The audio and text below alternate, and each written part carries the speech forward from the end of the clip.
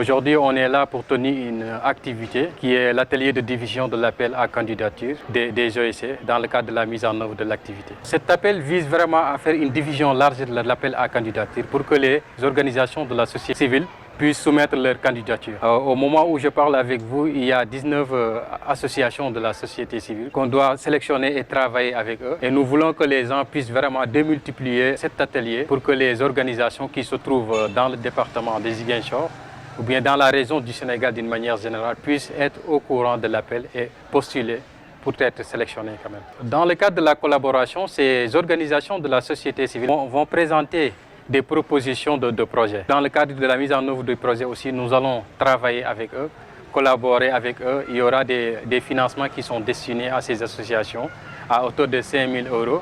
Donc on va essayer de voir si la fonction de leurs actions aussi, cette subvention devrait leur permettre à exécuter au moins leurs activités, les activités qu'ils présenteront lors dans la soumission.